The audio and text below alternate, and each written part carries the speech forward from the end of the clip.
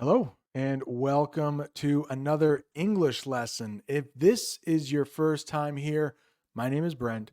I have been teaching English in the United States for over 20 years, and in today's English lesson, we are going to learn difficult vocabulary words, some idioms, and those pesky English phrasal verbs as we watch a clip from a recent news story. And this news story is talking about how the would be assassin who tried to kill President Trump left behind a lot of evidence. And I don't know if there is another way to say it, but this man seems like he is nuts, like he's crazy, like he has lost his mind. I will play a short clip of the news. That clip will have the subtitles right on the screen, and I slowed it down just a little bit so you will be able to understand it a little better. Let's go right to that clip now. The Justice Department says that suspect left behind a letter detailing the plan. Meanwhile, the suspect is back in court today for a detention hearing. For each of the difficult terms that are said in that news clip, I will have a picture that will help you understand the meaning. I will have an official definition, and I will use that term in a sentence. Evidence. Let's talk about that one first. It doesn't say evidence anywhere in the news clip, but I think we should understand that before we talk about anything else. What is evidence? It's information that helps prove if something is true or false. And take a look at that picture. It looks like some detectives or some of the authorities are looking over a few pieces of evidence. How about an example sentence using evidence? The investigators found more evidence that shows the suspect planned to harm the president. Justice Department. In the picture, you can see I have an abbreviation. An abbreviation is when you shorten a really long word. You often will put a period at the end of that word. So DEPT literally means department. Well, what is the Justice Department? It's part of the government that is responsible for enforcing laws. If you are in trouble with the Justice Department, you did something really bad. Maybe you tried to assassinate a former president of the United States. Here is a sentence using the Justice Department. The Justice Department is working to gather all the evidence in the case against Ryan Wesley Ruth, the man who tried to hurt Trump. A lot of times in the United States, when somebody does something really bad, they will use their first name and their last name, but they will also include the middle name just in case there are some other Ryan Ruths out there. Those Ryans can say, no, it's not me. My middle name is not Wesley. Great phrasal verb here. One of those pesky phrasal verbs. I did get a comment a couple days ago asking me why do I keep saying pesky when I talk about English phrasal verbs. Well, pesky means something that bothers you. It's not a big deal. It's just like they're always trying to bring you down. They're always trying to hurt you. If you go camping, you might be bothered by some pesky flies. And that's what I think English phrasal verbs are to English learners. They're like those little pesky flies that you want to shoo away. What does left behind mean? To forget or not take something with you. It doesn't happen often, but a couple times when I have visited a restaurant, I left behind my phone. I had to go back and get it. If you take a look at that picture, it looks like somebody is mowing their lawn with a lawnmower and somebody left behind their little rabbit. It looks like a stuffed animal, not a real rabbit. You might also hear that called a bunny. Bunny and rabbits are the same thing. You might even hear bunny rabbit. How about a sentence using the phrasal verb left behind? The suspect left behind a letter that showed his plan to attack Trump. The Justice Department says that suspect left behind a letter detailing the plan. Meanwhile, the suspect is back in court today for a detention hearing. Yeah, that's right. In fact, that detention hearing you just mentioned is still underway here inside the federal courthouse in West Palm Beach. Detailing. It means describing something carefully and completely. In that picture, somebody is detailing a car.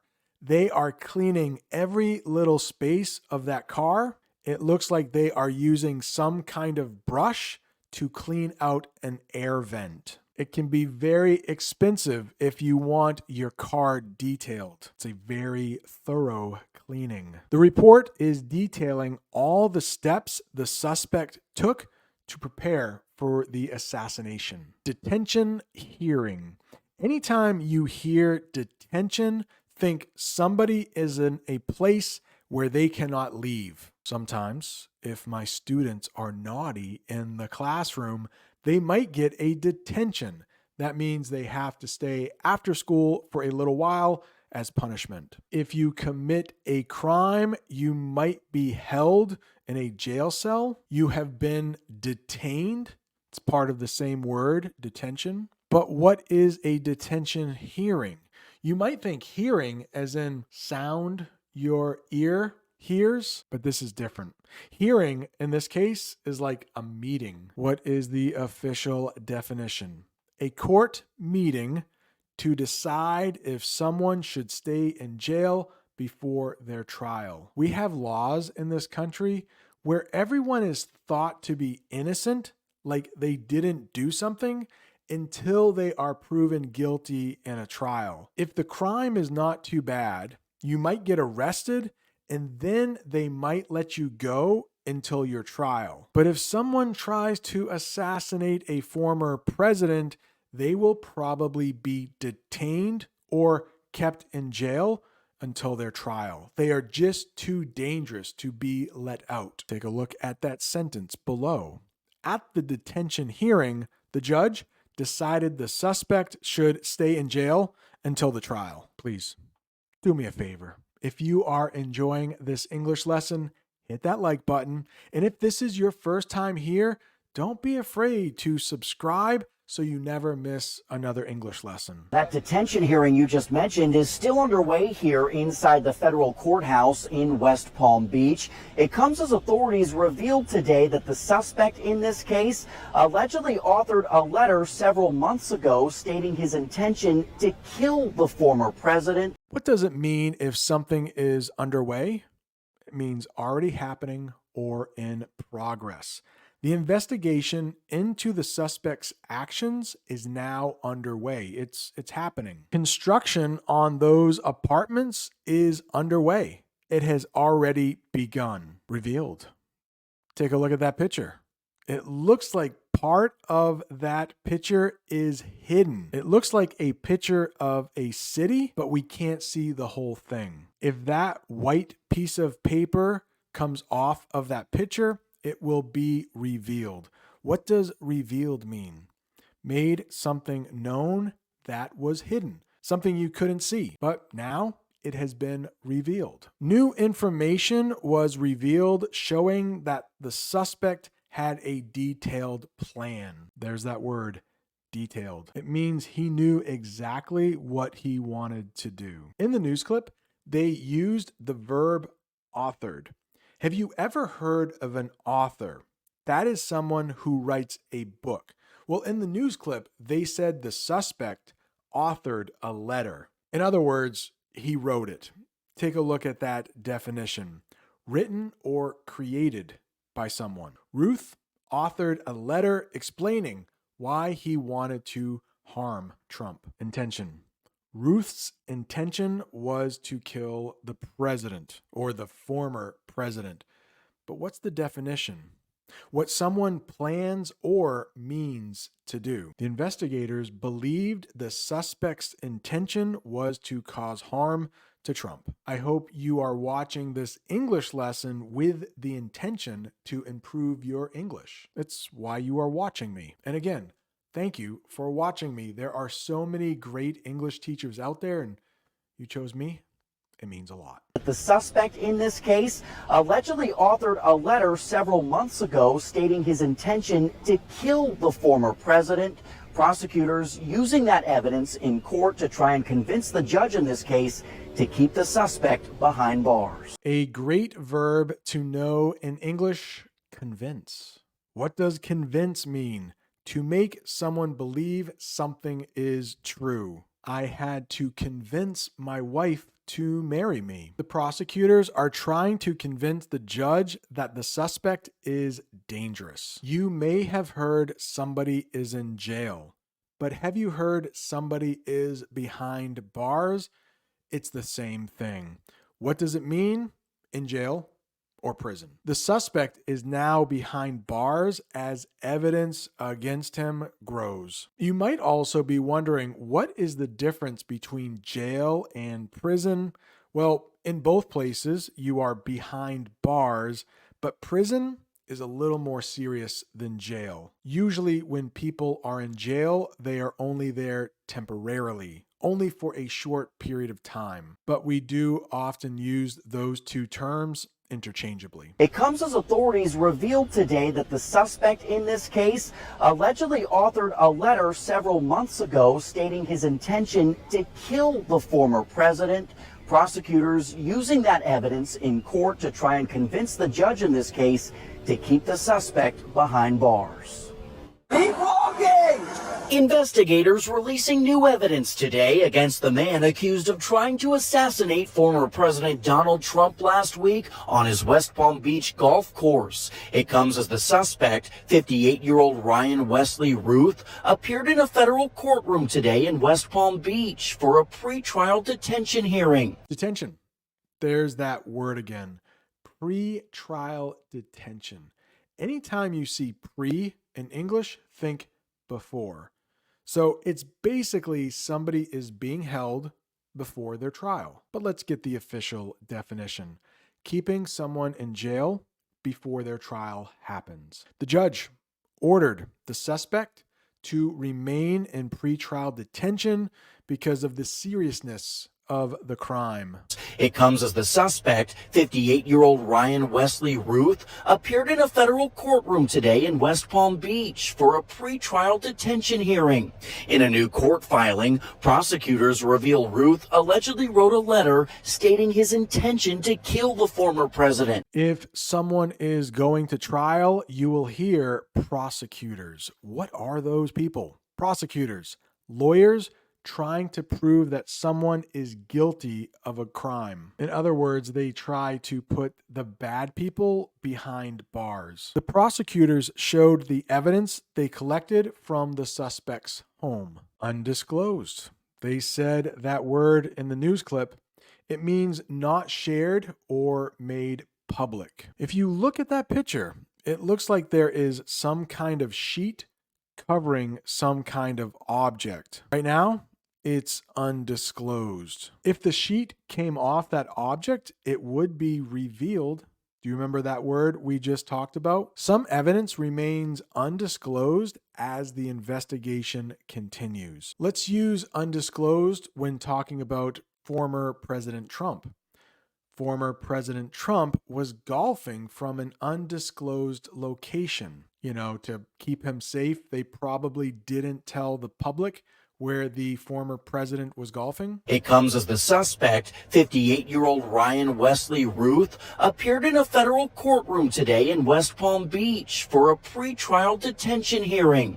In a new court filing, prosecutors reveal Ruth allegedly wrote a letter stating his intention to kill the former president. The handwritten note left outside of an undisclosed home months earlier inside a box that also contained ammunition, a metal pipe, and 4 phones. The letter reading, quote, "This was an assassination attempt on Donald Trump, but I failed you." Ammunition. What is that? Bullets or other materials used in weapons. The police found ammunition that the suspect was going to use in the attack. The handwritten note left outside of an undisclosed home months earlier inside a box that also contained ammunition, a metal pipe, and 4 phones. The letter reading, quote, "This was an assassination attempt on Donald Trump, but I failed you. I tried my best and gave it all the gumption I could muster. It's up to you now to finish the job, and I will offer $150,000 to whomever can complete it." The suspect wrote gumption in his letter. This is not a word I often use, but it means courage and confidence to do something. This can be good or this can be bad. The suspect had the gumption to plan such a dangerous attack. I don't suggest you use this word in your everyday conversation, but if you hear it, now you know it. Along with this word that he used in his letter, I use this word a little bit more often, and I will tell you how I use it. But muster means to gather or bring together. Sometimes when I'm really tired in the morning, I have to muster the energy to get out of bed. The police mustered all their resources to catch the suspect before he could act. We have muster in English, but we also have mustard. Little bit of a different pronunciation there. Mustard.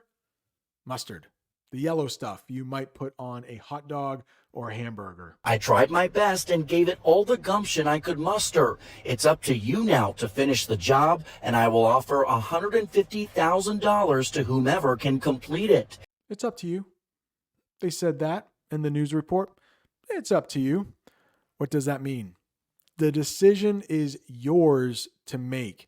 You could say this to another person when they ask you a question and you don't really care. For example, my wife and I say this about once or twice a night. Jamie might ask me, "What do you want to do for dinner?" And I often say, "It's up to you. Like, I don't care. You can pick." And then sometimes she tells me, no, it's up to you. And we just don't decide where to go. That was not the case today. This morning, I texted Jamie really early and said, I'm already hungry. Do you want to have tacos for dinner? She quickly texted me back and said, yes! Exclamation point. So after I record this lesson, I'm going to get tacos. Let's use it in a sentence. The investigator said, "It's up to you, Judge, whether the suspect stays in jail." Jamie and I often say this about dinner plans. "Where do you want to eat?" "I don't care. It's up to you." In the same filing, authorities say Ruth also authored a book about Ukraine and world affairs, writing that he, quote, "must take part of the blame for the person we elected for our next president that ended up being brainless." Blame. Do you know this word, blame?